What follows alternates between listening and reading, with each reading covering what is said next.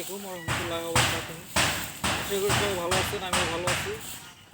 তো আজকে আসলে নতুন একটি ব্লগ নিয়ে আপনাদের মাঝে আসলাম। সেটা হচ্ছে যে আমাদের খামারে বেসিকলি যে সমস্যাগুলো হয় সেটা হচ্ছে গরু আমরা লালন পালন করি, হয়তো বা একটা দুইটা বা একের অধিক বা 10-12টা বা এরও বেশি যারা গরু লালন পালন করতেছি, সেক্ষেত্রে আমি মনে করি যে গরুর জাতটা নির্বাচন করা খুবই জরুরি। যে আমি আসলে গরুরা যে পালন করব, কী টাইপের গরু পালন করব এবং কোন জাতের গরু পালন করলে আমার খুব দ্রুত সময়ে আমি লাভবান হতে পারবো, তো সেটার একটা বাস্তব উদাহরণ আজকে তুলে ধরবো। সেটা হচ্ছে আমার পিছনে একটি গরু দেখতে পাচ্ছেন। এই গরুটি মোটামুটি একটি দেশি জাতের সিন্ধি এবং শাহিয়ালের ক্রস। গরুটি দেখতে মাশাআল্লাহ ভালোই, খুবই সুন্দর, এবং গরুটির বয়স হয় প্রায় প্রায় 3 বছরের কাছাকাছি বয়স হয়ে গেছে। এবং গরুটি আমার মামাতো ভাই কিনছিল কিছুদিন আগে, বিগত 3 মাস আগে 72,000 টাকা দিয়ে। তো আসলেও তো বুঝতে পারি নাই, কিন্তু পরে জানা গেল যে এর আগে এই গরুটি 3বার বীজ দেওয়া হয়েছে, সিমেন্ট দেওয়া হয়েছে, তারপরে বীজ রাখে নাই। এরপরে চিকিৎসা নেওয়ার পরে এখানে হিটে আসে। তো আসলে এরকম ভুক্তভোগী অনেকেই আছেন সারা বাংলাদেশে।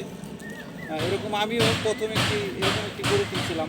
তো আসলে তুলনামূলক প্রায় 3 বছরের মধ্যে পালার পরে গরুটি হিটে আসে না, এবং হিটে আসলেও কনসেপ্ট করে না, বীজ দিলেও কনসেপ্ট করে না। আসলে এই ধরনের এই জাতের ক্ষেত্রে খুবই সমস্যা হয়। এবং দেখা যায় অনেকে খাবারের একটা সমস্যা হয়, সেক্ষেত্রে দেখা যেতেছে গরুকে ঘাসের কোনো বিকল্প নেই, ঘাস দিতে হয়।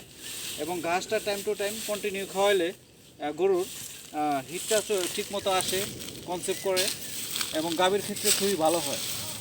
এবং এই ধরনের কিছু সমস্যা আছে, এগুলো আসলে আমরা অনেকেই ফেস করি। এবং এই জন্য বর্তমান সময় উপযোগী আপনি যদি গরু পালতে চান, সেটা হচ্ছে আপনি যদি ক্রস পালেন, ক্রস ফ্রিজিয়ান জাত, এই ধরনের জাত যদি পালেন, সেক্ষেত্রে আপনার যদি বকনার ক্ষেত্রেও আমি দেখছি বাস্তব প্রমাণ, সেটা হচ্ছে 18 মাস থেকে নিয়ে 20 মাসের ভিতরে হিট চলে আসে। এবং একবার বীজ দিলে আলহামদুলিল্লাহ আপনার কনসেপ্ট করে, এবং আপনি দুধের দিক দিয়েও অনেকটা আগে যেতে পারবেন। আর এই ধরনের গরু যদি বাচ্চাও দেয়, সেক্ষেত্রে আপনি দুধ বেশি পাবেন না, সর্বোচ্চ আপনি 2.5 থেকে 3 কেজি, এর বেশি কখনোই পাবেন না।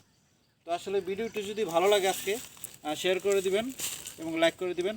আসসালামু আলাইকুম।